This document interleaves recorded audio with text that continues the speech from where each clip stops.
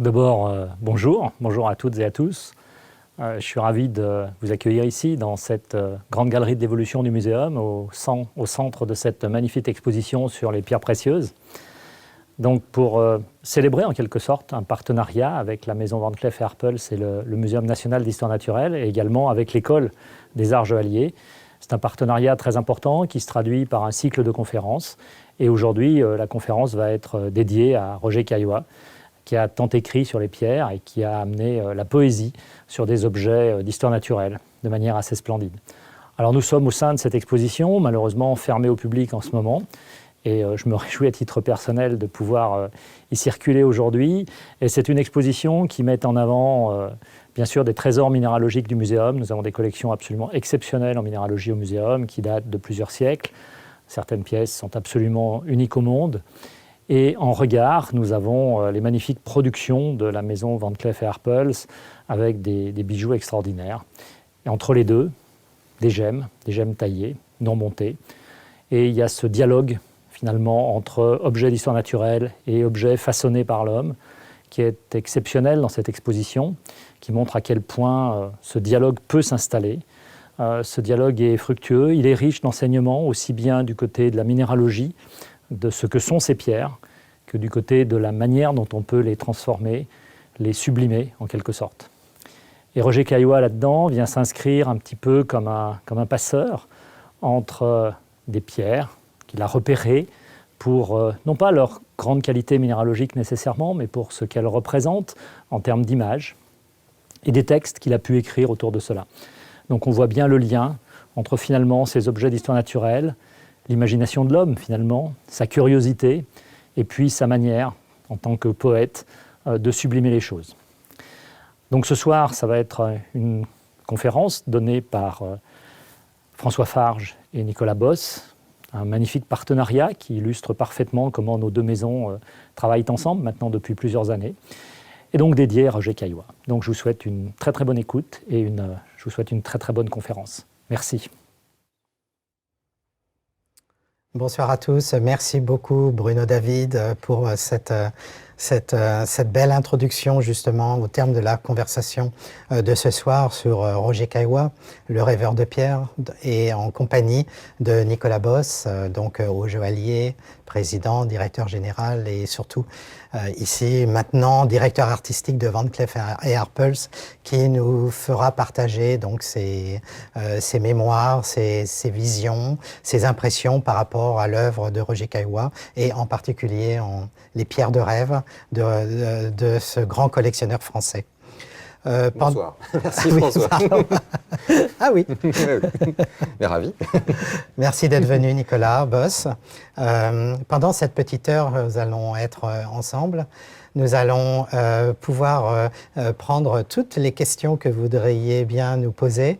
Et donc c'est Ghislain Aucreman qui est professeur à l'École des Arts Joailliers et historien de l'art qui va donc les compiler et nous pourrons y répondre au bout de cette petite heure que nous allons passer ensemble. Alors, Roger Caillois, le rêveur de pierre, je crois qu'on a tous rêvé de pierre quand on était jeune, sur la plage, en donnant des petits coups de pied dans les cailloux et puis en trouvant une belle petite pierre qui était un peu inhabituelle et qui nous a fait tous rêver. Il y a peut-être un côté Madeleine de Proust quelque part aussi un peu. Mais avec Roger Caillois, il y a vraiment une approche des rêves autour des pierres qui est vraiment bien spécifique.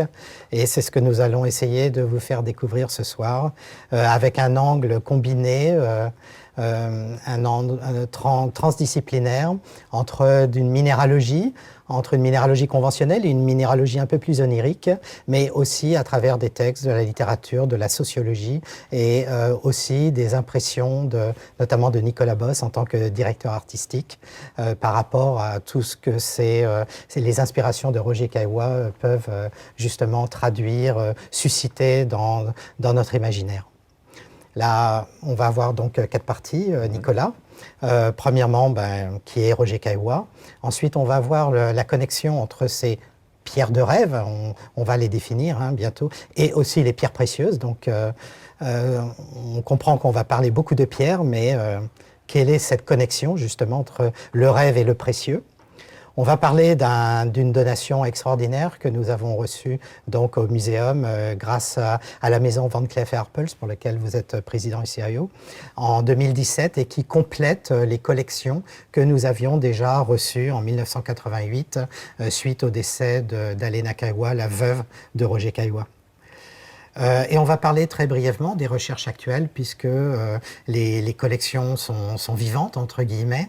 La valorisation scientifique des collections est très importante, et vous allez voir quels travaux nous effectuons à l'heure actuelle pour mieux comprendre, mieux valoriser le monde des pierres de rêve de Roger Caillois.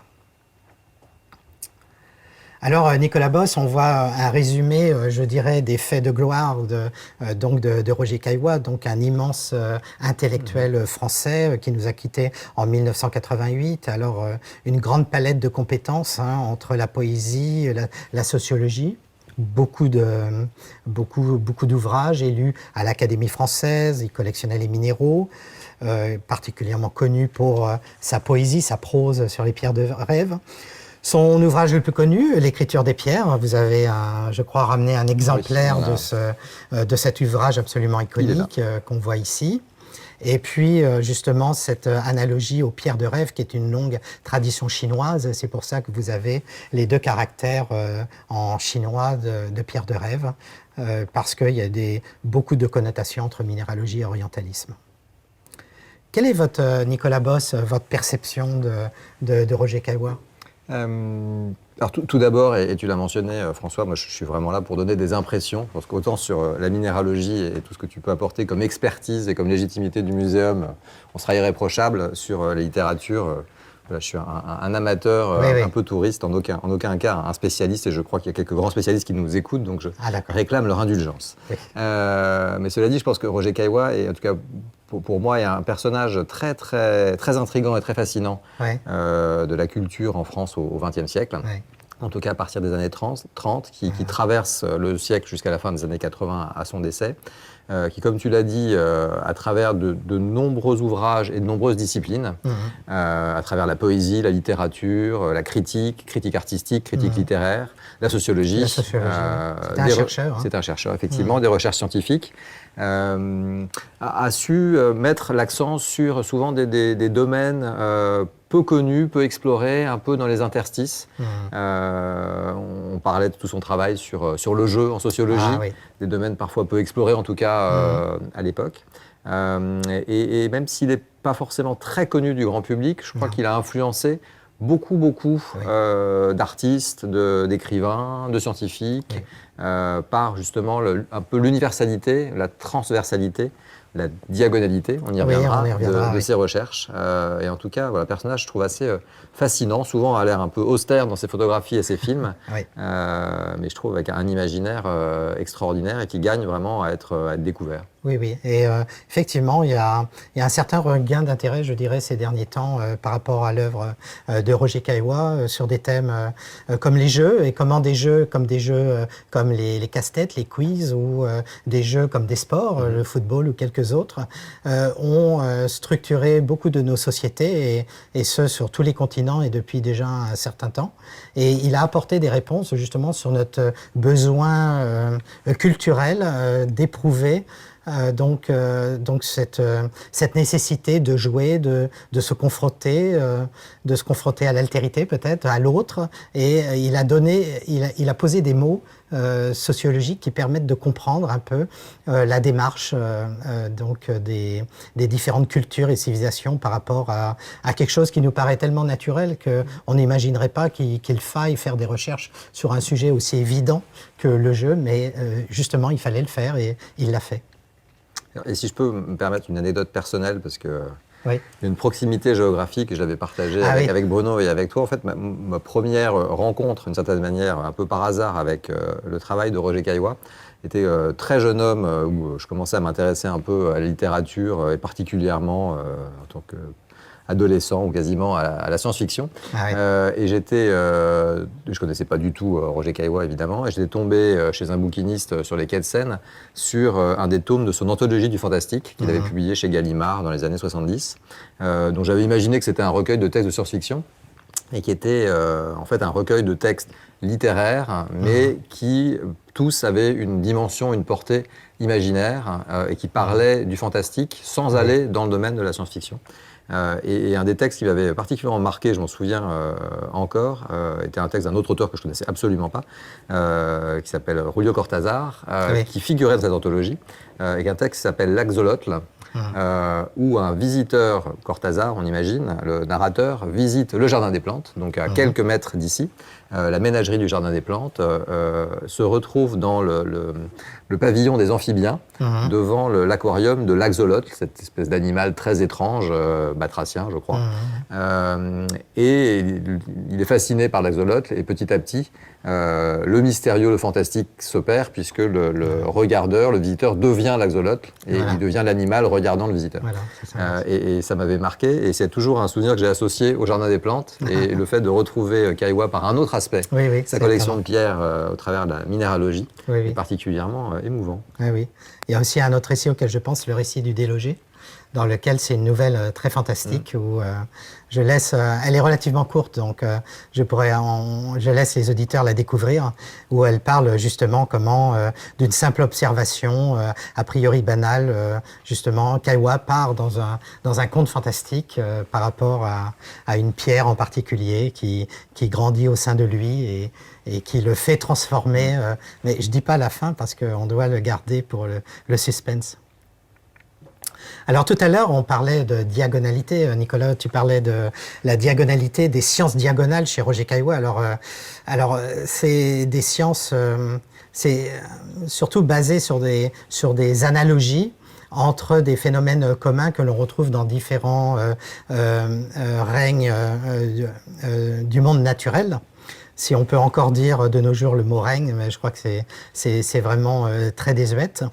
Mais effectivement, il y a Roger Caillois a vraiment été frappé, pour utiliser un mot qu'il utilise vraiment très souvent, entre des parallélismes qui peuvent exister entre certains papillons, et bien en particulier le morpho du Brésil, que vous voyez ici illuminé d'une certaine manière, et une labradorite, qui est une pierre, et celle-là vient vraisemblablement de Finlande, qui aussi, quand elle est illuminée d'une certaine manière, avec un angle d'incidence bien précis, montre des couleurs relativement, je dirais, homogènes et relativement peu denses ou relativement ternes.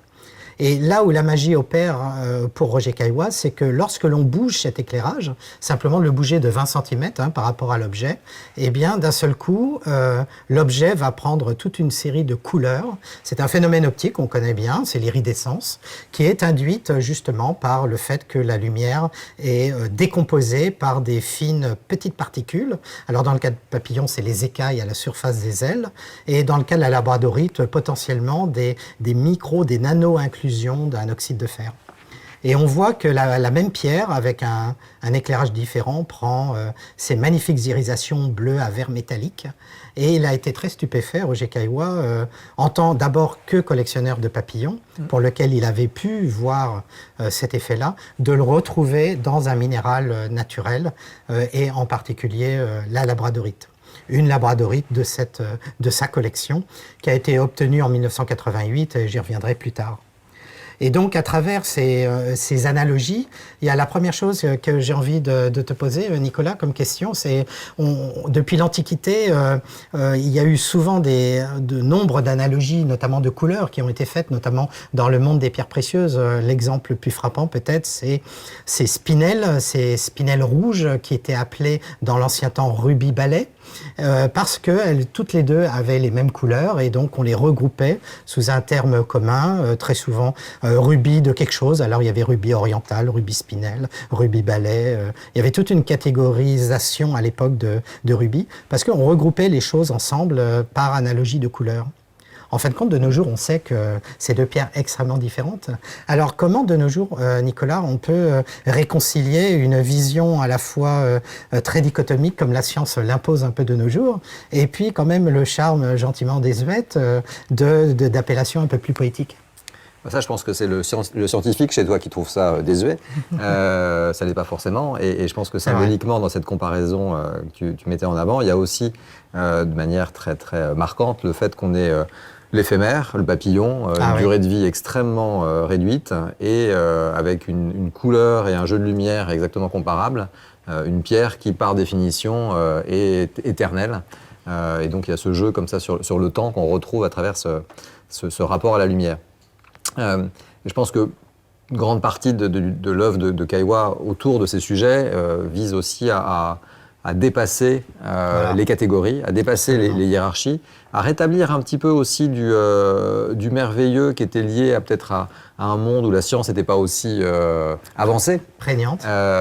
Et où les évidences étaient peut-être importantes. Et je me souviens aussi de textes où il parle du fait que, évidemment, on sait qu'une baleine est un mammifère, et donc elle n'a rien à voir avec les poissons, mais en même temps, pendant des millénaires, et toujours, on ne peut pas s'empêcher de faire un lien entre baleines et poissons et monde marin. Et donc le fait d'abolir ça, parce qu'il y a des catégories scientifiques, est peut-être une perte, au fond, pour la connaissance. Alors, on va aller parler de la fameuse anecdote, alors je ne sais pas si elle est vraie ou pas, contestée ou pas, du haricot sauteur mexicain, puisqu'elle est souvent associée à Caillois et notamment à ses rapports avec le groupe surréaliste.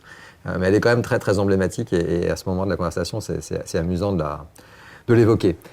Donc c'est si je me souviens bien, en 1934, à la terrasse d'un café, Caillois et André Breton, à l'époque chef de file, pour peu qu'il y ait un chef de file du mouvement surréaliste. Le pape. Le pape, je laisse le qualificatif. En tout cas, tous les deux, avec d'autres personnes, sont à la terrasse d'un café à Paris et certains de leurs camarades reviennent, ou un des camarades revient du Brésil avec une curiosité naturelle assez connue, qui sont des haricots sauteurs mexicains. Donc des espèces de graines, de fèves sèches, qui quand on les pose sur une table, sont tout d'un coup animées de mouvements autonomes. Donc avec ce côté complètement surprenant et magique et étonnant de voir ces haricots commencer à bouger. Et là, selon l'anecdote, Caillois, donc tout le monde est fasciné par ces haricots sauteurs. Et Caillois dit il faut en ouvrir un pour savoir qu'est-ce qu'il y a à l'intérieur et pourquoi ça saute. Et Breton dit mais absolument pas, ce qui compte c'est la magie et il ne faut pas tuer du tout la magie. Et c'est apparemment suite à cet incident, à cette discussion, que Roger Caillois quitte le groupe surréaliste, l'influence de Breton, et commence à vivre sa propre vie. En écrivant, je crois, le lendemain, dans une lettre à Breton, que la connaissance apporte au merveilleux et ne lui enlève rien. Et donc, je pense que ce qu'on retrouve là et ce qu'on retrouve dans son œuvre, et j'en viens, et je terminerai sur ce que tu évoquais sur les rubis, est vraiment une démonstration de ça. C'est-à-dire que là, si on parle en tant que joaillier, les rubis et les spinels, comme tu disais, ont été associés, confondus pendant des siècles. On parlait souvent en France d'escarboucles, donc des pierres rouges, brillantes, qu'on facettait, et qu'on associait, qu'on mélangeait sur des pièces de joaillerie. Et d'ailleurs, c'est magnifique. Et puis on s'est rendu compte, grâce au progrès de la science, qu'effectivement, comme tu disais, on est dans deux catégories de pierres complètement différentes. Les corandons d'un côté, avec les rubis, qui ont des spécificités, une résistance propre, et les spinels, qui sont une autre famille de pierres. Donc on doit séparer. Et pendant des décennies, la joaillerie, je pense à une maison comme Van Cleef & Arpels, a suivi très scrupuleusement cette préconisation. C'est-à-dire que dans la hiérarchie des pierres, les pierres précieuses, rubis, saphirs, diamants, étaient travaillées ensemble en haute joaillerie. Et puis, on avait laissé un petit peu de côté des pierres dites à l'époque semi-précieuses, ce qui est atroce, pierres fines, pierres ornementales, pour se consacrer uniquement aux grandes pierres précieuses. Pour justement éviter cette confusion, parce que la science nous avait dit il ne faut pas confondre, et donc, c'était notre faute. Et on ne doit pas d'ailleurs tromper la personne qui va après apprécier les bijoux. Et puis, dans les dernières décennies, en fait, on s'est mis à réassocier ces pierres, parce qu'en fait, quand on associe sur une pièce de joaillerie, en connaissance de cause, des rubis et des spinels, on peut faire des jeux de dégradés, des jeux de couleurs qui sont absolument extraordinaires, qui ne dégradent absolument pas la valeur de la pierre ou la valeur de la pièce, mais par contre, effectivement, on sait qu'une est plus précieuse que l'autre, que les deux ont des caractéristiques différentes, et on l'explique et on le soutient, mais la beauté de l'objet ressort plutôt grandi, en fait, Absolument. de cette...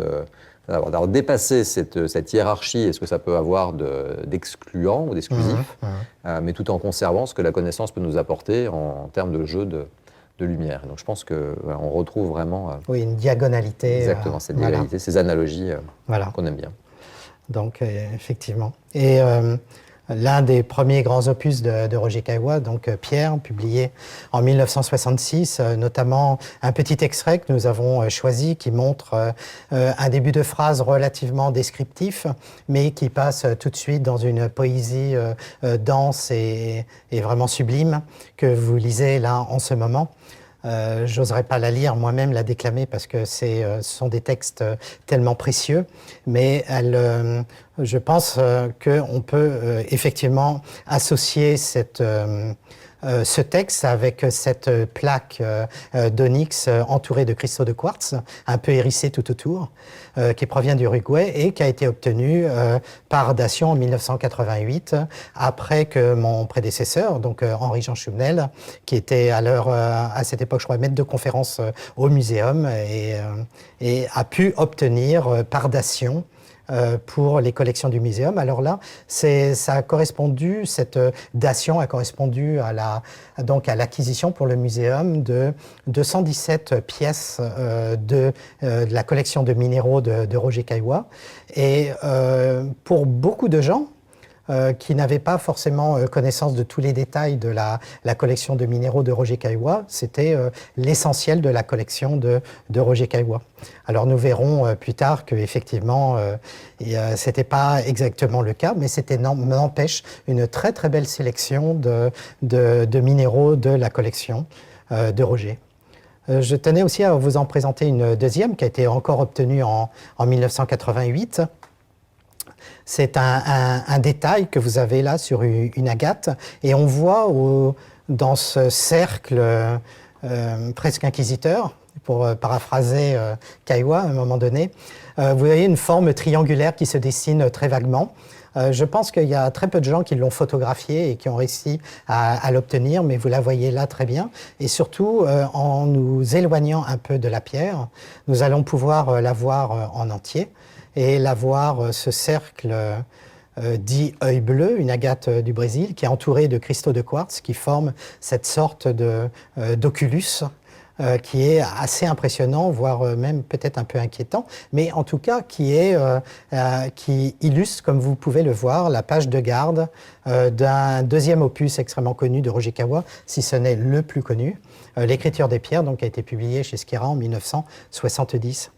Alors, on voit quelque chose, et en lisant Caillois, il y a beaucoup d'allusions sur les formes géométriques primordiales, les ronds, les cercles, les cubes, les triangles, et c'est vraiment étonnant parce que Caillois, on va le voir plus tard, qui aime beaucoup aussi les formes plus organiques, va beaucoup se focaliser sur les minéraux avec ces formes géométriques. Alors, Nicolas Boss, je crois que ce sont aussi des formes qui inspirent beaucoup le directeur artistique que vous êtes, en termes de minéraux.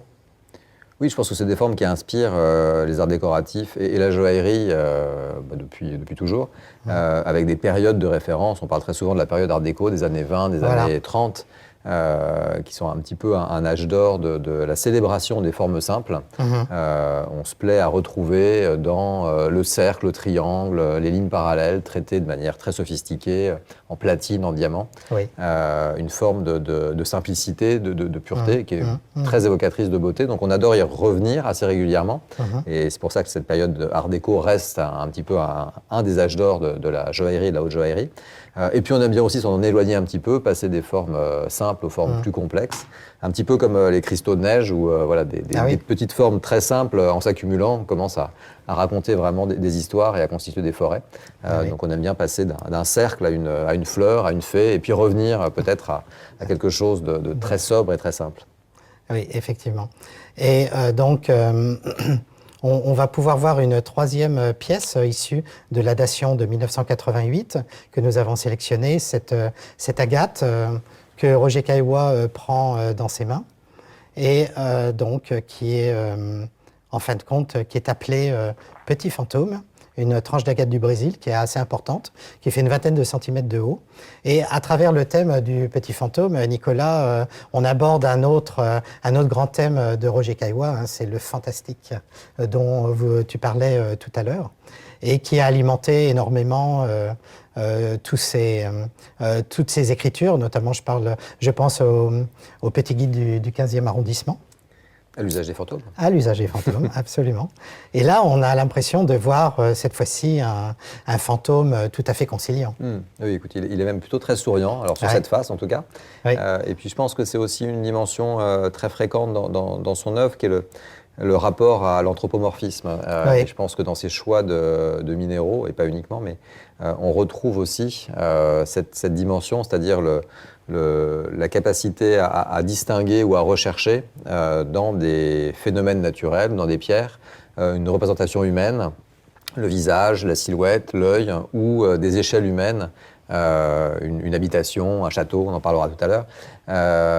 Et c'est vrai que cette dimension anthropomorphique est très très importante et on la retrouve ici. Et c'est vrai qu'il y a cette vision du merveilleux chez Caillois qui est assez fascinante. Il ne rejette pas, mais il ne s'intéresse pas particulièrement, d'ailleurs il l'explique dans différents de ses ouvrages, il ne s'intéresse pas au merveilleux conçu comme tel. C'est-à-dire pas le merveilleux des contes de fées où on est dès l'entrée dans un univers imaginaire. Il s'intéresse au merveilleux qui apparaît dans le quotidien, au merveilleux qu'on trouve dans les œuvres d'art, qui sont des œuvres d'art plus réalistes, ou qui ne portent pas cette idée de la féerie. Oui. Et il le retrouve évidemment dans ses manifestations naturelles. Je pense que le petit fantôme est peut-être une des pièces les plus emblématiques de cette collection minéralogique. Ah oui, c'est une pièce vraiment étonnante, d'autant plus que quand on la regarde de l'autre côté, on n'a pas le cliché ici, mais le fantôme a l'air de se poser plus de questions. Il a l'air d'être un petit peu moins conciliant. Et donc, la némésis du fantôme. Ah oui, exactement. Et donc, dans la deuxième partie de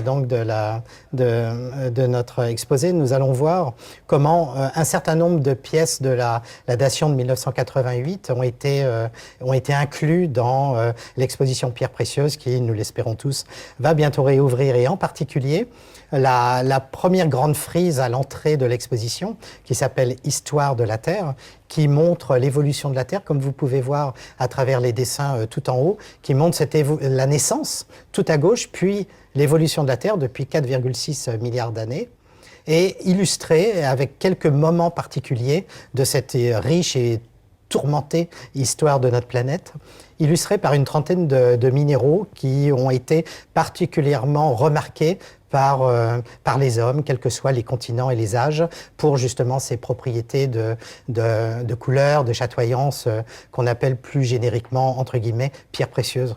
Alors, on a des sélections tout à gauche de météorites qui ont été à la base de la formation du système solaire et des planètes, et la Terre en particulier, et toute une évolution de minéraux, de gisements très variés qui ont leur propre histoire géologique. Et en particulier, on a ici ce que est inscrit à la dation en 1988, un jaspe à hématite qui est en fait plus une itabirite, c'est-à-dire un ensemble de différents lits sédimentés d'oxyde de fer qu'on appelle hématite, qui quelquefois forment ces taches, vous voyez, vraiment très, très organiques, rouge vif, quasiment incandescentes, qui nous donnent cette impression d'incandescence, et puis alternées avec des couches d'hématite, mais d'une autre forme, qui, elles, forment ces lits plus gris foncé. Et en fin de compte, la science, je vais peut-être un peu casser le mystère, mais la science, depuis environ les années 2000, a montré que ces jaspes, qui sont en fin de compte plutôt des hématites rubanées, sont issus du fait que la vie a pris naissance et s'est propagée dans les océans primordiaux à partir de 3,5 milliards d'années, et qu'à partir de 2,5 milliards d'années, certains de ces organismes ont commencé à produire de l'oxygène. Cet oxygène s'est retrouvé dans l'atmosphère ensuite et l'a enrichi dans ce gaz que toujours, de nos jours, devrais-je dire, nous respirons. Et en fin de compte, ce qui peut être très intéressant peut-être à dire, c'est qu'on aurait imaginé Roger Caillois pouvoir nous dire ses pensées, ses visions par rapport à ce minéral justement qui est contrairement à toute évidence, un signe de l'apparition et de l'évolution de la vie sur Terre. Alors qu'on parlait tout à l'heure plutôt de choses magmatiques, bouillonnantes, etc. Alors c'est un premier échantillon qui nous a paru très pertinent à montrer dans la première partie de l'exposition. Nicolas, dans la deuxième partie de l'exposition, dans cette vitrine platine, vous voyez un des partis pris que nous avons choisi pour l'exposition, c'est en particulier pour 40 gemmes ou pierres précieuses ou 40 minéraux particuliers, de les montrer au sein de vitrines verticales, avec tout en bas les choses les plus telluriques, les plus géologiques, les matériaux dans lesquels on les trouve de façon plus essentielle, soit dans la terre primitive, soit telles qu'elles nous sont apportées depuis l'espace, comme les météorites. Et effectivement, tout en bas, on voit une météorite. Et différents minéraux, minerais plus ou moins riches en platine, qui, au fur et à mesure que l'on monte dans la vitrine, l'enrichissement en platine est de plus en plus conséquent, jusqu'à des petites fioles que vous voyez sur une étagère qui montrent ces métaux qui ont été raffinés, purifiés par les chimistes du 19e siècle. Et c'est très compliqué de purifier ces métaux-là. Et l'une des magnifiques conséquences, c'est que donc a pu se développer, notamment dans les années 30, on en parlait beaucoup, cette joaillerie blanche composée à la fois de diamants et de platine dont nous voyons au-dessus 3 exemples qui finissent cette gradation depuis, je dirais, l'atelier de la Terre tout en bas vers l'atelier du créateur tout en haut, du créateur joaillier bien sûr. Et on voit une météorite ferreuse, qui a priori contient pas beaucoup de platine, surtout celle-là est tombée il y a quelques milliers d'années, donc sur Terre. Mais en tout cas, ça illustre un autre épisode de l'histoire de la Terre, que je vais essayer de narrer le plus succinctement possible, qui fait qu'il y a 4 milliards d'années, donc on repart encore très loin dans l'histoire de la Terre, il y a eu un bombardement de météorites très intense sur la Terre, et beaucoup de ces météorites ont été capturées par la croûte terrestre, qui était déjà bien solidifiée. Et c'est grâce à ce bombardement tardif, comme les scientifiques l'appellent, que l'on pense que nous avons pu avoir et explorer et découvrir et explorer ensuite des gisements de platine qui ont permis de produire donc suffisamment de ce métal précieux pour pouvoir ensuite donc alimenter, entre autres, les ateliers des créateurs joailliers. Donc cette météorite explique justement cette arrivée tardive de platine qui était contenue en l'état de trace à l'intérieur de ces météorites qui sont, elles, plutôt composées en majorité de fer et de nickel. On retrouve 2 échantillons de la collection de Roger Caillois dans la vitrine des quartz de couleur, donc une amétrine, c'est-à-dire un mélange de citrine et d'améthyste de Bolivie, et un quartz rose et fumé tout au-dessus, qui est un magnifique échantillon d'une mine des environs de Galiléa. Et surtout, le nom que Roger Caillois lui a attribué en 1965 est un nom vraiment très emblématique des dénominations de Roger Caillois, donc le sexe 1, le charme inattendu d'un bijou rose et noir. Un bijou, Nicolas? Avons-nous un bijou? Probablement. Écoute, je pense à resituer clairement dans l'époque où, avec une fascination pour l'imaginaire, l'inconscient, la psychanalyse, on avait tendance à voir des représentations sexuelles un peu partout, y compris dans les minéraux. En tout cas, celle-là est très organique. Et très curieuse. Oui. Alors vous voyez que dans beaucoup de noms de minéraux de chez Roger Caillois, on n'est pas dans des descriptions très directes. C'est très rarement, je dirais, le lapin, le canard, la montagne ou je ne sais pas quoi d'autre. On est très souvent dans des titres relativement complexes et un peu mystérieux au début, qui nécessitent une certaine attention et quelquefois même un décodage pour arriver à mieux les comprendre. Ce n'est pas toujours le cas, mais ça l'est souvent. On a aussi dans la vitrine améthyste, donc on va vous proposer un petit quiz de quelques secondes, où en dessous de ce magnifique collier pompon de la maison Van Cleef & Arpels, 1971. Exactement, Nicolas. 71. Oui. Vous voyez donc la partie basse où il y a un minéral qui provient de la collection de Roger Caillois. Donc avez-vous l'œil cailloisien pour déterminer lequel aurait pu frapper l'imagination du poète? Et donc je vous donne la réponse, vous avez fait votre choix. Voilà, c'était donc cette tranche d'améthyste qui effectivement est très graphique. Nicolas? Oui, alors je pense que ta question est un petit peu biaisée, voire légèrement sadique, puisque quand on voit la vitrine, en fait, la géode qui est immédiatement en dessous, qui a une forme absolument fascinante, qui ressemble à une grotte comme ça, dans laquelle on imagine vraiment des petites sculptures anthropomorphes, aurait pu être cailloisienne, largement autant que cette tranche d'améthyste. Oui, parce que là, on est dans des formes vraiment organiques, avec ces stalactites de calcédoine blanche qui se sont incrustées dans cette géode d'améthyste. Et là, on est encore dans cette diagonalité entre des formes strictes et des formes organiques, comme on a vu depuis le début, et c'est une constante chez Kaiwa. Hein. En fait, ça fait penser, il y a dans les premières lignes d'ailleurs de l'introduction de l'écriture des pierres, Kaiwa dit qu'on a toujours été fasciné et qu'on a toujours recherché. De tout temps. De tout temps. Les pierres précieuses et les pierres curieuses. Oui, voilà. Et en fait, quand vous avez décidé d'appeler l'exposition Pierres précieuses, elle aurait pu s'appeler Pierres précieuses et Pierres curieuses. Ah oui, absolument. Parce que là, on est vraiment dans ce domaine-là. Oui, absolument. Alors, on retrouve dans la vitrine Onyx, c'est une vitrine qu'on a dédiée à Roger Caillois avec les 4 échantillons tout en bas de la vitrine qui sont de sa collection, encore Dation 1988, qui justement dialogue très très bien avec cette parure en Onyx, diamant, or jaune et platine. Des années 1971.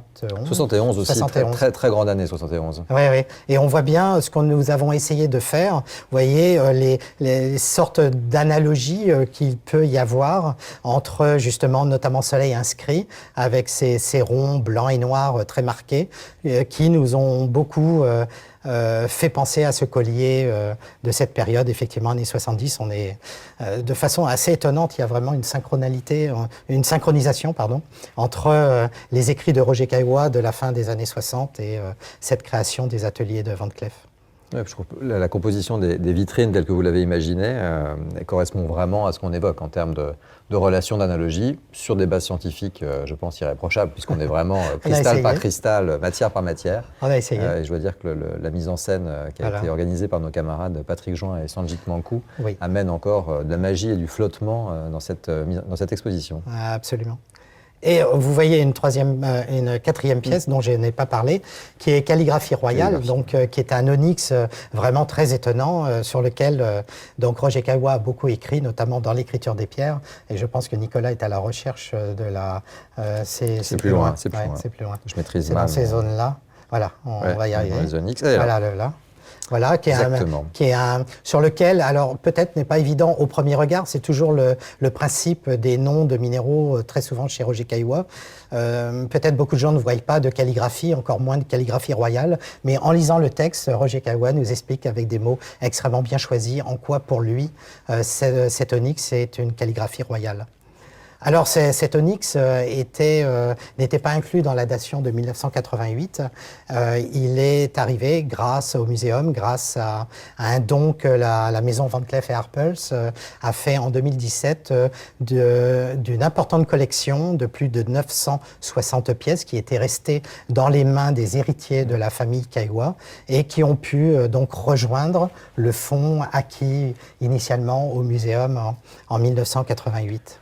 Comme tu le disais, je pense que beaucoup de gens, et on en faisait partie, pensaient que la collection était dans son intégralité au muséum, issue de la dation. Et c'est vrai que quand vous avez, avec quelques-uns de tes collègues, Éric Gontier, découvert ou localisé en fait le reste des pièces, c'est-à-dire près d'1 millier de pièces complémentaires qui étaient restées dans la famille et dans les relations qu'on avait, les projets de recherche qui étaient en cours sur d'autres sujets avec l'école des arts joailliers. Je me souviens, tu es venu en parler à Marie Vallanet, qui est la présidente de l'école et qu'on salue ce soir. Et l'idée est venue d'essayer de pouvoir acquérir cette collection pour qu'elle rejoigne les collections nationales du muséum et réunifier complètement. Réunifier le corpus. C'est comme ça pour les siècles à venir, cette collection soit dans son intégralité ici un objet d'étude et d'exposition. Alors quasi-intégralité parce qu'effectivement, il y a encore quelques pièces qui doivent circuler ici ou là. Dans la vitrine jaspe et œil, on parle de ces variétés de quartz très riches en inclusion, qui sont des roches en fait, où on a choisi 2 pièces monumentales, un grand jaspe orbiculaire de Madagascar qui est absolument magnifique, et une grande plaque de œil de fer, de pétersite, comme on dit en gémologie, qui montre encore une fois des motifs extrêmement organiques, des couleurs magmatiques. Et comme le premier jaspe qu'on a vu tout au début, c'est la science moderne depuis les années 2000, ont permis de distiller une histoire très intéressante sur ces jaspes qui sont aussi issus du résultat de la naissance et de la conquête de la vie dans les océans primordiaux, et comment cette vie, en enrichissant donc l'atmosphère en oxygène, je vais aller beaucoup plus vite, on a compris l'histoire, a permis non seulement cet air que nous respirons, mais aussi des précipitations au sein des océans, dont certaines précipitations ont créé des sédiments qui, plus tard, avec l'aide des convulsions telluriques de la Terre, ont fini par donner ces magnifiques jaspes tout à fait intrigants et qui ont des âges vraiment très anciens, parce que là, on est vraiment à 2 milliards d'années environ. Mais c'est étonnant, d'ailleurs, quand on voit ces pierres, autant il y a certaines des pierres qui sont vraiment des objets de sérénité extrêmement posés, éternels, comme qu'on imagine comme tout à tel. l'heure. Exactement. Oui. Et puis il y en a qui sont absolument, comme tu dis, en ébullition. On a l'impression qu'il y a un mouvement tellurique qui a été comme ça arrêté tout d'un coup et figé. Et ça rappelle un des textes de Kaiwa, justement, qui traite exactement de cette dualité, qui s'appelle le gel et l'ardeur, qui parle exactement de ça. On sent bien l'ardeur. Ah oui, c'est le cas de le dire. Pour illustrer, dans la vitrine corail, cette plaque qui vient de Grande-Bretagne, qui est extrêmement âgée, 380 millions d'années, qui a été sciée et polie et qui montre donc les branches de corail qui ont été donc sciées qui montrent leur section dans ce récif de corail de toutes ces branches ensemble, et qui montre aussi que Kaiwa collectionnait aussi des fossiles. En fait, c'était un collectionneur non seulement de minéraux, de fossiles, de météorites. Vous voyez qu'il y avait beaucoup de choses dans sa collection. Et puis on arrive donc dans la troisième partie de l'exposition, où on a essayé de vous montrer en quoi Paris était un lieu central autour des savoirs concernant les plus belles pierres, et notamment dans la première section de la troisième partie, 3.1, notamment comment au XXe siècle, et on va retomber sur André Breton, comment ces minéraux qui étaient considérés comme des objets de science au muséum et partout ailleurs jusque dans les années 30, sont progressivement devenus, grâce à l'œil de ces écrivains, de tous ces personnages qui ont beaucoup écrit sur les minéraux. Il y avait Roger Caillois, André Breton, un peu avant il y avait Georges Sand, mais on l'a un peu oublié, c'est bien dommage, et qui après ont permis de sacraliser les minéraux dans leur état naturel, à tel point que aussi des joailliers, Jean Vendôme bien sûr, et la maison Van Cleef & Arpels parmi tant d'autres, ont pu justement aussi révéler et transfigurer, j'oserais presque dire, la beauté naturelle des minéraux dans leur création, sans avoir forcément besoin systématiquement de les retailler. Et alors cette vitrine qui est juste derrière moi, dans la première partie, on voit notamment une pièce qui était au muséum et qui avait été photographiée par Brassailles, le grand photographe qui débarquait tout juste dans les années 30 de sa Hongrie natale. Et parmi les premières choses qu'il avait faites, c'est qu'en fin de compte, en travaillant sur ces documents, nous nous sommes rendus compte qu'il était venu au muséum dans les années 30 pour effectuer toute une série de clichés de minéraux, notamment ce grand groupe de cristaux de Selgem qui avait été donné au début du XXe siècle par le gouvernement autrichien à la France et qui provient des mines de Pologne. Et la plastique de ces cristaux de sel que l'on voit avait tellement impressionné ensuite André Breton qu'il en a écrit un texte qui est absolument fondamental pour le surréalisme. Donc la beauté sera convulsive. Voilà, qui a été publié dans Minotaure. Dans Minotaure, 1934, Nicolas, c'est ça. C'était assez fascinant parce que ces photos sont assez célèbres de Brassailles. Oui. Et d'ailleurs, ce qui est intéressant, et c'est vraiment la période, Brassailles photographie de la même manière, d'une certaine manière, des cristaux, des graffitis sur un mur, des corps, Paris la nuit. Oui, les pavés de Paris la nuit. La beauté se trouve pas forcément là où on l'attend. Voilà. Et c'est probablement un des messages qu'on retrouve aussi chez Caillois et qu'on retrouve dans certains espaces de cette exposition.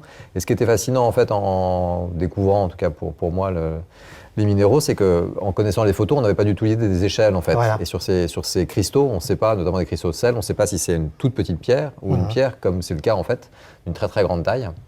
Et là, c'est le cas. C'est en tout cas 50 kilos. Fascinant d'avoir réconcilié l'image qui est assez mythique avec le minéral. Voilà, et effectivement, c'est une recontextualisation que nous avons fait assez récemment, qui nous a permis de trouver d'ailleurs d'autres minéraux qui avaient été photographiés par Brassailles, il y en a environ une douzaine, donc qui étaient rentrés dans le panthéon surréaliste, mais je pense qu'au muséum, on l'avait un petit peu oublié, et donc maintenant la chose est réparée, et c'est pour ça que nous avons voulu montrer les premiers minéraux qui ont été sacralisés, parce que pour André Breton, pardon, nous avons là, il le dit lui-même, la forme la plus ultime et la plus aboutie selon lui de la beauté et de l'esthétique. Il a des mots très forts pour qualifier ces cristaux. Il dit même la maison que j'habite. Donc pour lui, il fait un parallèle avec une maison, et là, ça fait vraiment penser, Nicolas, au Bauhaus, au manifeste de Weimar de Walter Gropius et de Leininger, où justement, dans leur projet à l'origine très utopique d'architecture très simplifiée, avec des formes très cubiques, le cristal était censé être ce puits de lumière central au niveau de la cité, qui allait alimenter les éléments architecturaux, d'où ce concept de forme géométrique, notamment avec des grandes baies vitrées qui laissent rentrer la lumière. Qui reproduisent, voilà. Enfin, qui réinterprètent un peu les jeux de lumière de cristal. Des jeux de lumière du cristal dans une simplicité, je dirais, primordiale que la nature nous a donnée. Alors effectivement, dans ce contexte, on n'est pas étonné que Roger Caillois ait pu aussi, à son tour, sacraliser toute une série de minéraux pour lesquels on va voir avec plus de détails 5 pièces provenant du don, 5 pièces supplémentaires qui proviennent du don de 2017, et notamment, je dirais, la pièce la plus iconique, qui est publiée dans l'écriture des pierres, le château, qui est une sorte de lithographie sur calcaire, et pour lequel Éric Gontier du muséum, en faisant des recherches sur cet objet après l'avoir acquis, après qu'il soit arrivé au muséum, s'est rendu compte qu'en fin de compte nous avions affaire à une pierre qui était plus de la main de l'homme que de la main de la nature. Et donc, c'est assez intéressant, Nicolas, parce que maintenant que l'on sait parce que Roger Caillois s'est beaucoup posé la question, et on y a beaucoup posé la question. D'ailleurs, il l'écrit très souvent dans l'écriture des pierres. Beaucoup de gens l'ont challengé, comme on dit en français, l'ont questionné sur la véracité, entre guillemets, de cette pierre vraiment étonnante, qui n'est pas très grande. Vous voyez, l'échelle, elle est toute petite. Elle est juste derrière moi, là, vous la voyez. Et de voir autant de détails aussi frappants entre des oiseaux, des petits bonhommes, toute une architecture, des fougères géantes, un ciel, des nuages, sur une pierre vraiment si petite. Oui, mais je pense que alors après, même si la connaissance y gagne, en l'occurrence, de savoir maintenant que cette pierre était artificielle, peut-être la magie. De la main de l'homme, on va dire. La magie perd un petit peu. Mais en tout cas, c'est un objet absolument extraordinaire, qui est effectivement très petit en taille. C'est-à-dire que quand on voit les agrandissements comme ça, on dit effectivement, c'est quasiment évident que ça a été au moins amélioré ou modifié par la main de l'homme. En fait, la pierre d'origine qui fait 6 ou 7 cm, on distingue à peine les détails, donc on peut très bien imaginer, comme d'autres dendrites, que ce soit là des phénomènes complètement naturel. Moi, je trouve qu'on y retrouve un petit peu l'esthétique de certaines encres de Victor Hugo, ce côté un petit peu comme ça évanescent et en même temps un peu sombre. Et puis au fond, c'est pas très grave qu'elle soit de la main de l'homme ou pas. Absolument. Si on s'inscrit, d'ailleurs comme on le fait un petit peu dans cette exposition, dans la lignée des célèbres cabinets de curiosité, au fond, peuvent vraiment cohabiter des merveilles de la nature, des objets manufacturés, des œuvres d'art, des objets de civilisation à l'époque méconnus. Tant qu'il y a une part comme ça de rêve, de mystère et d'inspiration, au fond, c'est ça qui est important. Oui, tout à fait. D'autant plus que, pour en venir, moi, je connais un calcaire dans un musée d'histoire naturelle à Francfort qui ressemble beaucoup à celui-là. Et donc, peut-être qu'il y a eu peut-être un original, une copie, ou peut-être 2 copies, on ne sait pas. Mais en tout cas, il y a un gisement allemand qui a produit des pierres dans ce style-là. J'espère que le goût des catégories du muséum ne vous amènera pas à sortir cette pièce de la collection minéralogique. Oh non, surtout pas. Elle reste vraiment comme pièce centrale. Et d'ailleurs, on lui a donné une place tout à fait majeure, justement. Et juste en dessous, sur la vitrine, on a 4 autres échantillons qui ont été publiés dans l'écriture des pierres. Et donc, vous voyez justement certaines qui ont qui ont des noms effectivement très descriptifs, comme la cime ou l'entrée de grotte. Alors pour la cime, ce qui est étonnant, c'est qu'on voit que c'est pas exactement la même pierre, parce que j'ai retrouvé une photo de Roger Caillois dans laquelle on voit effectivement un nodule d'agate qui avait été scié en deux, et Roger Caillois avait les deux. Et c'est l'autre qui se retrouve donc dans la donation de 2017. Donc j'espère bien que l'autre moitié un jour pourra bientôt réapparaître. Et puis surtout porter notre attention, si vous voulez bien, sur la pierre qui est tout à gauche, donc qui s'appelle le Portrait, qui est un calcaire de Toscane dit Lineato. Qu'on trouve donc... pardon, je t'interromps juste une seconde. Oui, vas-y. Oui, on revient. Je trouve que cette slide est une très belle illustration, au fond, de la pétition de principe de Caillois sur les pierres au début du texte pierre, qui dit qu'il va s'intéresser aux pierres qui n'ont pas intéressé ou qui ont été oubliées ou négligées par les joailliers, par les scientifiques, par les archéologues. Les princes. Et par les princes. Donc ces pierres un peu laissées au bord du chemin, qui ne sont pas forcément... très rare, qui n'est pas forcément d'une valeur intéressante, qui n'a pas forcément une spécificité scientifique ou naturelle remarquable, mais qui sont comme ça évocatrices, poétiques. On y retrouve des paysages, des formes organiques, naturelles, figuratives ou pas. Alors je ne dirais pas trop pour les deux de droite, parce que tout ce qui est paysine et agate figurée de nos jours sont effectivement des choses très recherchées. Mais effectivement, le Lineato qui est complètement à gauche, je pense que très peu de gens peut-être auraient pu y voir ce que Roger Caillois a pu y voir, parce qu'il paraît un peu, je ne veux pas dire énigmatique, mais pour ne pas dire grossier, mais on n'y voit pas quelque chose de très attirant au premier coup d'œil. Oui, ça c'est particulièrement vrai pour celui-là. Et notamment, j'ai pu retrouver une autre image à l'intérieur de l'appartement de Roger Caillois où on voit ce minéral, alors tel qu'il est dans sa naturalité, tel qu'il est exposé ici, complètement ici à droite sur votre écran. Tel qu'il a été imprimé dans l'écriture des pierres en 1970 avec un petit décalage de couleur dû à l'impression. Et puis aussi, chez Roger Caillois, il était encadré. Tel un tableau d'art moderne. Et effectivement, Roger Caillois nous explique qu'il y a quand il a vu cette tranche de calcaire de Toscane, ça lui a immédiatement évoqué un tableau célèbre de Marcel Duchamp qui se trouve de nos jours en 3 exemplaires au musée d'art de Philadelphie et nu descendant un escalier de 1912, en tout cas pour le modello. Où effectivement, on voit comment Caillois, justement, quelque part, s'inspire de la nature pour, justement, trouver une inspiration extrêmement féconde sur ces descriptions de pierre. Puis il y a quelque chose, pour le coup, de joli et d'amusant, parce que beaucoup, donc Caillois, ont cherché pendant très longtemps à trouver dans les formes aléatoires de la nature des représentations figuratives et des liens avec l'art figuratif. Et là, d'y retrouver des liens avec l'art abstrait, on est dans une espèce de cercle assez amusant et sans fin. Oui, encore une autre diagonalité. Oui. Alors, on vous présente une autre pierre qui est publiée donc, dans l'écriture des pierres. On la connaissait tous, alors on a été ravis de la revoir en vrai, sur lequel ce jaspe en jaspe écaille vert de Madagascar, et sur lequel Roger Caillois nous parle de ces ciels que certains d'entre nous peuvent voir lorsqu'on monte dans un avion à travers un hublot. Mais peut-être... C'est toi qui as une vision très moderne de la vie, mais on peut imaginer d'être plutôt un ermite ou un moine au fin fond de l'Asie, sur une haute montagne qui, comme ça, survole, domine une mer de nuages. On y trouve aussi un petit peu les tonalités du céladon et de certaines vieilles porcelaines. En tout cas, c'est une pierre qui est extraordinaire et très, très évocatrice. Et quelque chose que Caillois décrit beaucoup, notamment par rapport à la perspective chinoise, par rapport au code de la perspective chinoise, qui consiste à dire que les plus petits détails sont plutôt sur le devant, traduisant une proximité, et ce même code de la perspective chinoise impose plutôt que les choses qui sont lointaines sont plus grandes et sont plutôt en haut.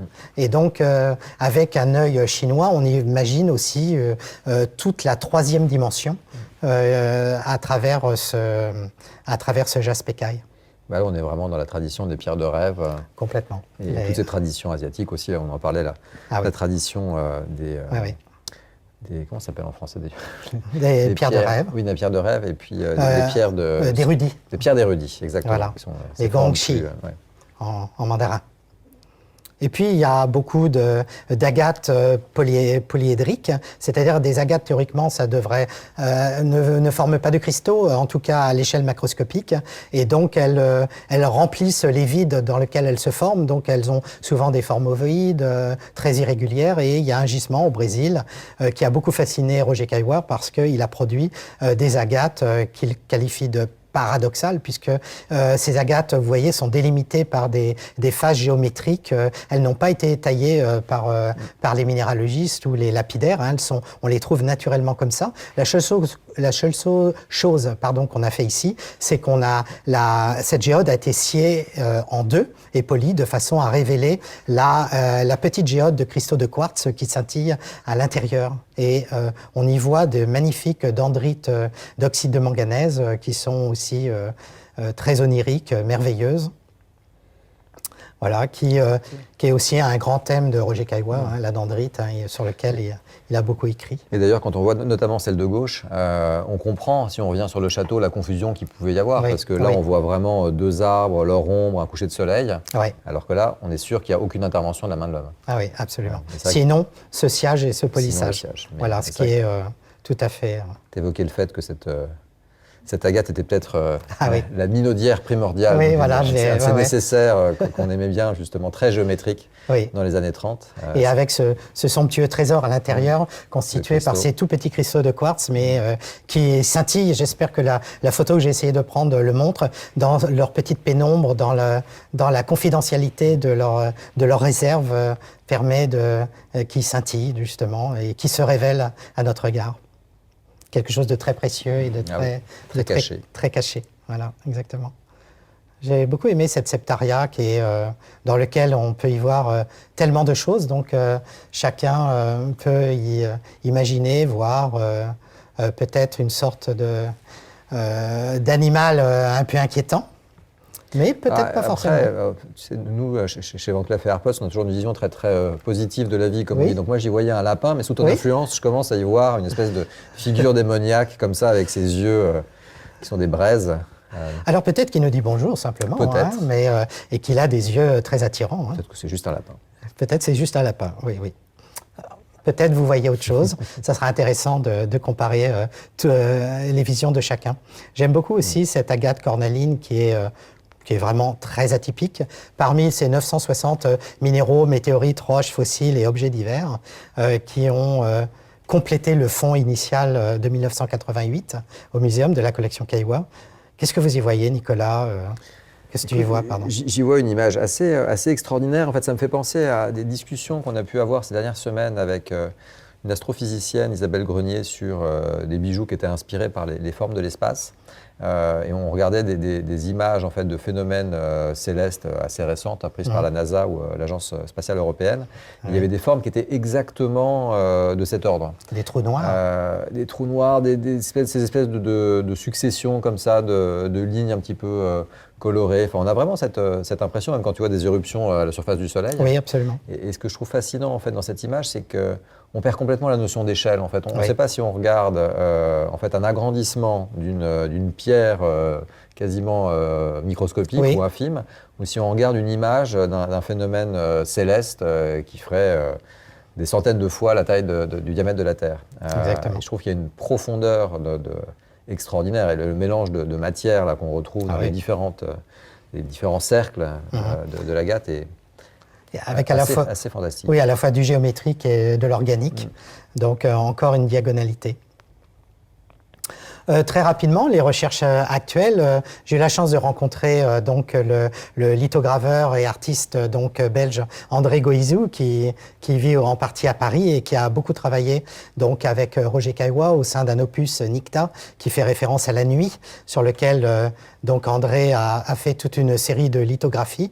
Mais et en dehors de ce travail impressionnant d'André, j'ai pu observer toute une série de photos qu'il a fait faire à son initiative dans les années 1976 dans l'intérieur de Roger Caillois, qui ont été ensuite, qui sont la propriété de ce photographe que André Goizou a mandaté, Roland Minert, que nous saluons aussi, et toute une série de clichés plus ou moins connus, notamment celui-ci dans lequel j'ai été très intrigué par ce cristal de quartz qui s'est été posé sur le buffet dans l'appartement de Roger Caillois.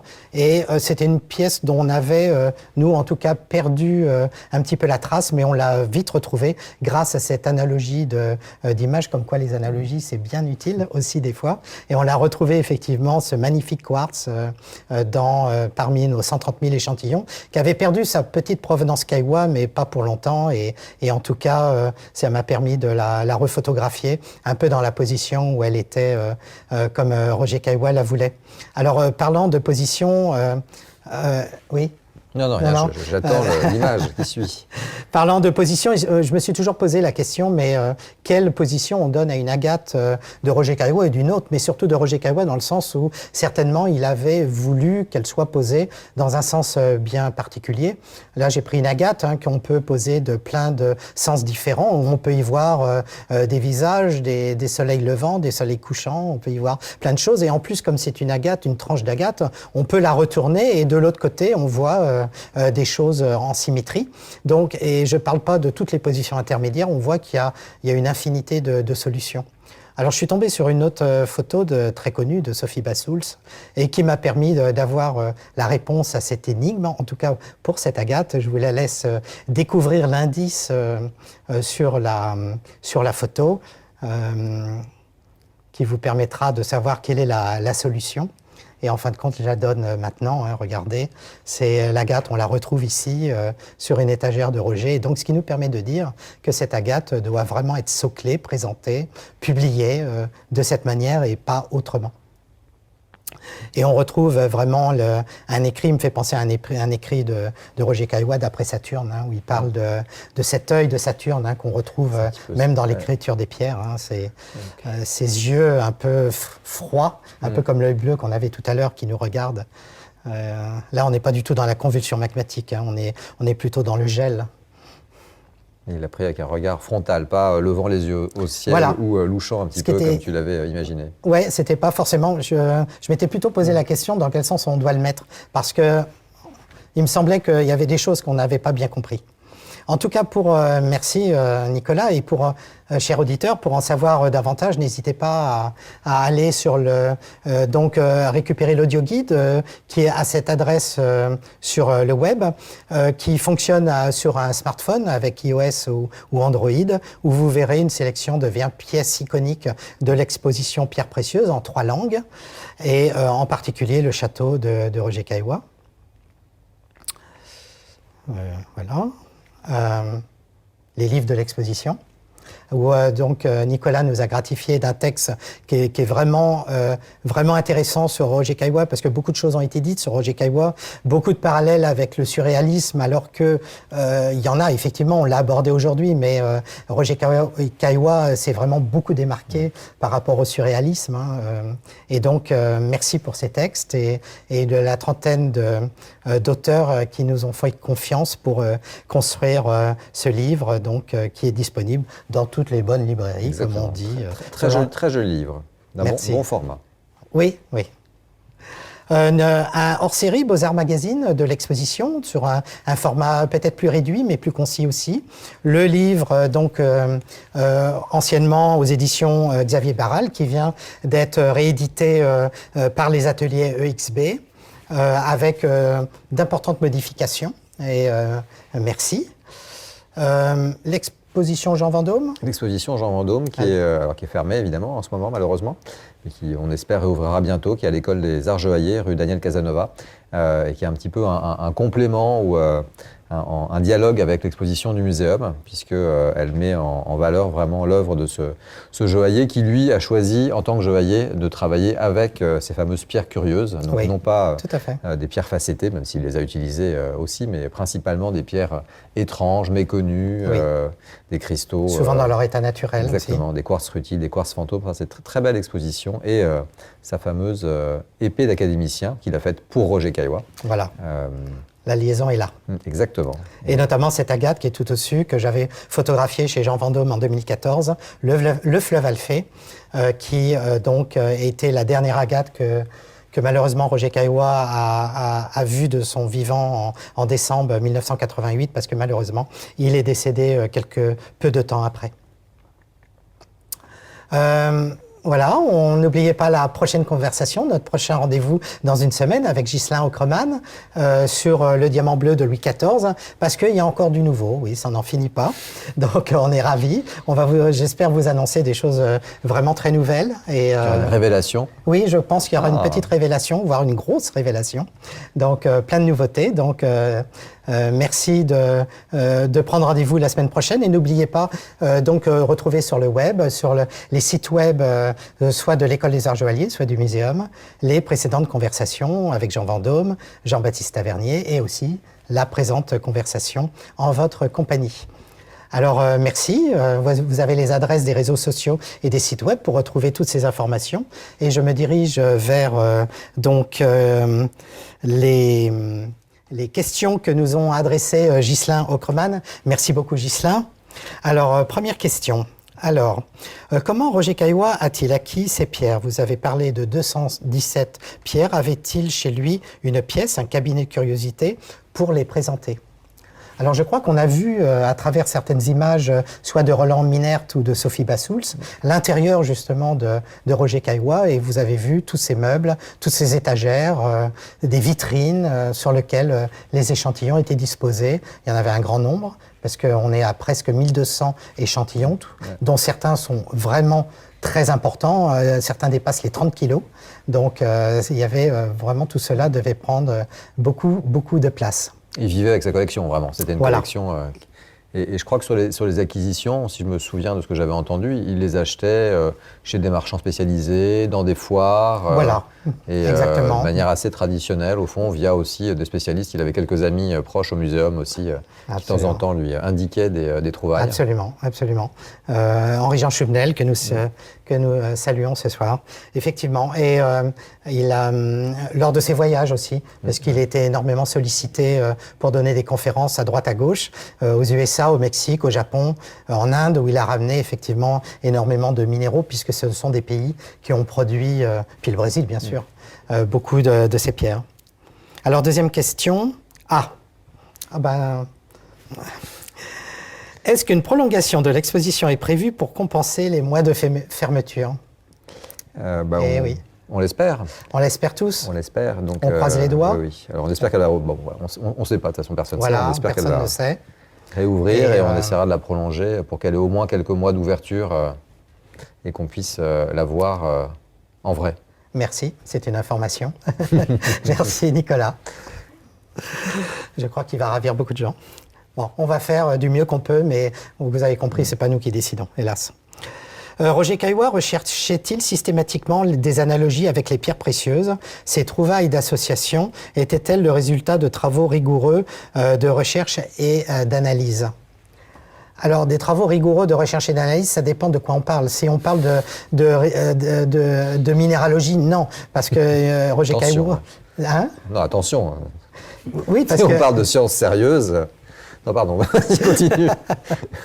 Donc, effectivement, Roger Caillois était un collectionneur de minéraux vraiment averti, mais donc il restait un amateur et on voit bien à travers ses textes que même s'il avait une documentation, je dirais, relativement scientifique pour mieux comprendre les pierres qui l'entouraient, il avait plutôt, je dirais, une démarche rigoureuse par rapport à la sociologie, par rapport à l'impact que les pierres de rêve pouvaient avoir par rapport à notre conscient, notre subconscient, le thème du fantastique et tous ces thèmes où là-dessus, justement, en tant que sociologue, en tant que scientifique, en tant que chercheur des sciences humaines, là, il avait une démarche effectivement tellement rigoureuse qu'elle est reconnue encore comme étant extrêmement universelle. Et je pense que, de ce qu'on a retrouvé, en tout cas de ce conseil, il n'a pas décrit l'intégralité des pierres de sa collection. Donc certaines pierres ont alimenté certains de ses textes. Voilà. C'est d'ailleurs comme ça qu'on peut l'identifier. Et après, je pense que l'idée qu'on peut s'en faire, c'est que c'était aussi collectionneur réellement, oui. avec ce que ça peut avoir d'une Oui. passion pour l'accumulation. Voilà, c'est ça. Et donc je pense que là-dedans, il y avait des pièces particulièrement emblématiques et évocatrices, et d'autres qui venaient compléter un ensemble, Voilà. qui venaient... Qui était plus du ressort du collectionneur. Exactement. Et on retrouve vraiment bien le collectionneur des années 70. J'ai eu la chance de connaître cette période-là. J'étais légèrement plus jeune. Mais on retrouve bien vraiment les minéraux qui étaient très en vogue à cette époque-là, dans les années 70, après les années 75, qui ont marqué l'actualité, je dirais, des trouvailles de la minéralogie de cette époque. Et sa collection est vraiment bien ancrée, justement, notamment dans les années 60 et 70. Alors, à quel moment les pierres de rêve sont arrivées en France et en Europe? Quand a-t-on commencé à les collectionner? Qui sont les collectionneurs? Alors, il y a deux étapes. Il y a eu premièrement, je dirais, Florence, et puis après, la suite. Nicolas. Alors ça, j'ai pas de réponse très étayée là-dessus. Je pense qu'on les voit apparaître clairement à la Renaissance. Voilà, c'est ça. Dans les premiers cabinets de curiosité. Effectivement à Florence avec tout le travail sur les paesinats, et puis après il va y avoir le travail de peinture sur pierre. Il y a des peintures sur lapis extraordinaires où on vient utiliser en fait le paysage créé naturellement par la pierre pour constituer le paysage d'une scène, d'un tableau. Il y a d'ailleurs des illustrations dans Caillois magnifiques où on retrouve l'Arioste, le Roland Furieux évoqué comme ça sur fond de paesinat, donc de pierre naturelle. Donc on les voit apparaître à ce moment-là. J'ai l'impression que c'est plus avec une idée de curiosité et de décoration et dimension artistique qu'avec l'évocation un peu plus sacrée, philosophique ou religieuse qu'il peut y avoir dans les pierres de rêve asiatiques. Oui, totalement. Et après, c'est probablement plus au 19e siècle. Voilà, voire même le 20e. Et effectivement, je dirais que même Roger Caillois a beaucoup contribué à développer justement ces collections d'agates qui font penser à quelque chose.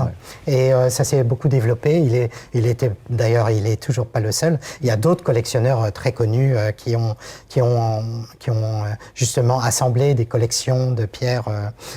Où là, je dirais que c'est vraiment l'évocation d'un sujet qui prime encore plus chez Caillois, alors que chez Caillois, justement, il associe des textes dans lesquels il enrichit justement la pierre de ses visions poétiques. Donc il y a presque des différences entre collectionneurs de pierres de rêve, entre ceux qui recherchent vraiment l'analogie, je dirais la pierre qui ressemble au lapin, la pierre qui ressemble à la montagne, la pierre, là on est sur l'analogie pure, la coïncidence entre le thème figuratif et la coïncidence naturelle. Et puis d'autres comme Roger Caillois, mais ils sont alors là très peu nombreux, où justement ils ont développé tout un univers intellectuel tout autour, et qui est vraiment une valeur ajoutée vraiment considérable. Alors, y a-t-il un lien avec la vision germanique du monde minéral, comme avec Goethe, par exemple? Alors c'est intéressant avec Goethe parce qu'effectivement Roger Caillois a beaucoup parlé des analogies, alors avec effectivement les pierres imagées de Chine, et notamment il cite l'intellectuel Mifou qui avait des visions extraordinaires sur les pierres qu'il possédait chez lui, au point tel qu'il arrivait à s'imaginer en train de voler dans la pierre même. Donc pour vous dire, et le rêve était vraiment très intense, des rêves éveillés carrément. Et puis Roger Caillois fait allusion à différents textes de la Renaissance, par rapport notamment Léonard de Vinci, qui parle beaucoup justement de ces pierres païsines, où justement Léonard de Vinci dit qu'il y a une richesse d'inspiration dans ces calcaires de Toscane qui, selon lui, dépasse ce que peut-être l'art peut même entreprendre. Il y a des mots très intéressants. Et effectivement, il fait aussi des allusions avec des auteurs allemands dont j'ai oublié le nom, mais qui sont un peu antérieurs, qui sont de la Renaissance, des écrivains effectivement allemands, germaniques plutôt, qui ont effectivement parlé beaucoup de ces pierres dans lesquelles on a l'impression de voir, en tout cas au XVe, XVIe siècle, des scènes de la vie courante, très souvent en relation avec la religion, mais pas tout le temps, et qui avaient beaucoup stupéfait frappé les imaginations de l'époque, à tel point que certaines pierres, malheureusement de cette époque, qu'on n'a pas retrouvées, mais qui sont gravées dans ces livres, on a des représentations, on voit bien comment le regard du XVe siècle, de ces auteurs du XVe siècle, a été extrêmement modifié, parce que on voit des pierres qui sont extrêmement, qui font vraiment penser à des sujets de peinture, des sujets extrêmement figuratifs, notamment autour de la religion, alors que je pense que c'était vraiment une dérive de la perception optique. Ils pensaient tellement y voir un sujet qu'ils ont fini par le voir, et même le graver dans le... Donc, non, c'est possible. Et puis il y a le fameux visage qui apparaît un petit peu, tu en parlais, dans la pierre de la mélancolie de Dürer. Ah oui, on retrouve un petit peu cette... exactement. Ah oui, mélancolie de Dürer, oui. Et je crois il me semble qu'il y a un très joli parallèle qui est fait entre le rapport de Goethe aux pierres et celui de Caillois dans le texte qui avait été écrit par Marguerite Yourcenar. Oui. Sur Caillois. Et justement, elle fait ce parallèle, je ne me souviens plus exactement des termes. Goethe a une pierre nommée d'après lui. Voilà, c'est ça. La goethite. La goethite, voilà, et que Caillois était, et peut-être d'ailleurs toujours candidat à une nouvelle pierre, non? Moi, personnellement, j'en serais ravi, mais elle propose, même Marguerite Yourcenar, propose un nom qu'elle appelle de façon assez intrigante cailloise, et donc peut-être dérivé de ardoise, j'imagine, alors que les noms de minéraux, en général, de nos jours, ils se terminent en it. En général. Donc, mais bon, pourquoi pas, et moi je pense que ça serait tout à fait mérité. Alors, sait-on comment le château a été créé? Alors, les détails, je vous renvoie à l'article d'Éric Gontier qui donne beaucoup d'informations sur cet objet. Il a été publié dans la revue de Gémologie il y a quelque temps. Dont vous trouverez la liste des références qu'on pourra adresser demain grâce à l'entremise de Ghislain Ancreman. Et dernière question, est-ce que les joailliers contemporains, hormis Jean Vendôme, utilisent ces pierres tableaux incroyables? Oui. Alors, j'ai pas de nom en tête, mais je sais que je me souviens d'avoir vu, hormis Jean Vendôme, des joailliers contemporains, joailliers créateurs qui utilisent justement ces pierres tableaux. Et puis, il y a un usage aussi, on évoquait le fait que les joailliers, que ce soit les joailliers traditionnels comme Van Cleef & Arpels ou des joailliers plus indépendants ou expérimentaux, il y a quand même un retour à une diversité dans les pierres qui sont utilisées. Donc même une maison comme la nôtre ou d'autres de grandes maisons plus traditionnelles, une fois de plus, utilisent des cristaux non facettés. On a quelques exemples dans l'exposition de cristaux d'émeraude utilisés dans leur intégralité, donc non taillés. Du Pakistan. Exactement. On a un exemple aussi avec un objet un peu étrange qui a été créé pour un petit peu conclure cette exposition qui s'appelle le Rocher aux Merveilles et qui associe un bloc de lapis-lazuli naturel, des cristaux de tourmaline et qui deviennent un petit peu en réponse à certaines des pierres de rêve, qui devient un petit peu le paysage dans lequel les joailliers de nos ateliers ont eu plaisir à venir intégrer des petites fées, une licorne, toute une scène un petit peu onirique ou wagnérienne. Donc cet usage comme ça de pierres à leur état brut, naturel, est quelque chose qui se perpétue. Voilà. Effectivement, même si je pense que Jean Vendôme restera le grand créateur associé, en tout cas en Europe, à cette pratique. Oui, tout à fait. Merci Nicolas, je crois que nous avons reçu toutes les questions. Nous vous remercions vraiment infiniment pour votre attention. À bientôt pour la prochaine conférence. Merci infiniment, Merci Nicolas. François. Merci. À bientôt. De nous avoir partagé. Et restez un peu encore en ligne, vous allez avoir un petit bonus de quelques secondes qui vous permettront de voir quelques images de l'exposition là où nous sommes actuellement. Merci. Au revoir.